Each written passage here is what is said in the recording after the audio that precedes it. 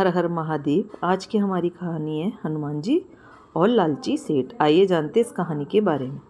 एक मंदिर में एक ब्राह्मण रहता था जो दिन रात भगवान की सेवा में लगा रहता।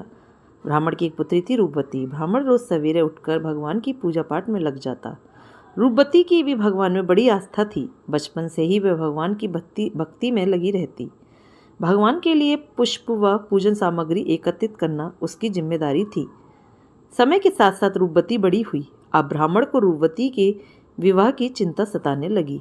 ब्राह्मण ने सोचा क्यों ना मैं मंदिर में खता करना शुरू कर दूं, जिससे कि चढ़ावे में कुछ पैसा आने से मुझे थोड़ी आमदनी भी हो जाएगी और गांव वालों में भी भगवान के प्रति आस्था बढ़ेगी। बस यही सोचकर ब्राह्मण ने अगले दिन से ही मंदिर के आंगन में ही कथा करना शुरू कर दिया।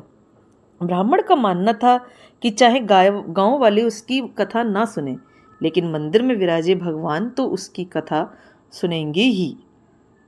अब ब्राह्मण की कथा में कुछ गांव वाले आना शुरू हो गए। एक दिन गांव का ही एक कंजूस सेठ मंदिर में भगवान का दर्शन करने के लिए आया और दर्शन करने के बाद मंदिर की परिक्रमा करने लगा। तभी उसे मंदिर के अंदर से कुछ आवाजें सुनाई दी।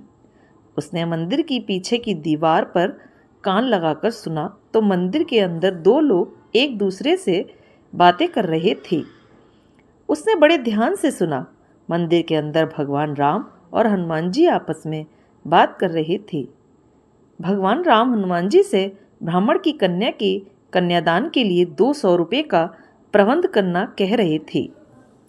भगवान राम का आदेश पाकर हनुमान जी ने ब्राह्मण को 200 रुपये देने की बात भगवान राम को कही। सेठ जी ने जब भगवान राम और हनुमान जी की बात सुनी तो कथा के बाद वे ब्राह्मण से मिले और कथा से होने वाली आय के बारे में पूछा। सेठ जी की बात सुनकर ब्राह्मण बोला, सेठ जी, कथा में बहुत ही कम लोग आ रहे हैं। भला इतने कम श्रद्धालुओं में क्या आय होगी? सेठ जी ने ब्राह्मण को आश्वासन देते हुए कहा कि आज कथा में जो भी आय हो वे ब्राह्मण उन्हें दे दे। इसके बदले में सेठ जी ब्राह्मण को 100 रुपये दे देंगे। ब्राह्मण को भला क्या ऐतराज होता, उन्होंने सेठ जी की बात मान ली। उधर सेठ जी ये सोच रहे थे कि ब्राह्मण को आज कथा में हनुमान जी 200 रुपये देने वाले हैं, जो मैं ब्राह्मण से ले लूँगा और बदले में उसे 100 रुपये दे दूँगा, जिससे कि मेरी 100 रुपये की कमाई हो जाएगी। शाम को कथा समाप्त होने पर सेठ जी ब्राह्मण के पास आए। उन्हें यकीन था कि आज ब्राह्मण को 200 रुपये की आय हुई होगी। ब्राह्मण सेठ जी को देखते ही सेठ जी के पास आया और बोला, सेठ जी, आज तो काफ़ी कम भक्त कथा में आए थे, जिससे बहुत ही कम आय हुई है। बस 10 रुपये ही इकट्ठा हो पाए हैं। सेठ अब करता भी क्या? उसने ब्राह्मण को दिए वचन के अनुसार ब्राह्मण को 100 रुपये दे दिए और इस सौदे में तो सेठ जी को नुकसान हो गया। सेठ जी हनुमान जी पर बहुत गुस्सा हुए कि उन्होंने ब्राह्मण को 200 रुपये की मदद भी नहीं की और भगवान को दिया अपना वचन भी पूरा नहीं किया। हनुमान जी पर बहुत गुस्सा आया। वे गुस्से में मंदिर के अंदर गए और हनुमान जी की मूर्ति को धक्का देने लगे। सेठ जी ने जैसे ही हनुमान जी की मूर्ति को धक्का देने के लिए अपना हाथ मूर्ति पर रखा, हाथ वहीं चिपक गया। भला हनुमान जी के पकड़ से कोई बच सकता है भला? तभी सेठ जी को फिर एक आवाज़ सुनाई दी।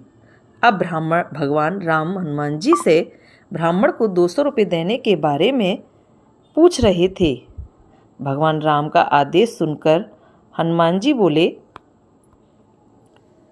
प्रभु, 100 रुपये की मदद तो हो गई है, बाकी बच्चे 100 रुपये के लिए सेठ जी को पकड़ के रखा है। जैसे ही वो 100 रुपये देंगे उनको छोड़ देंगे।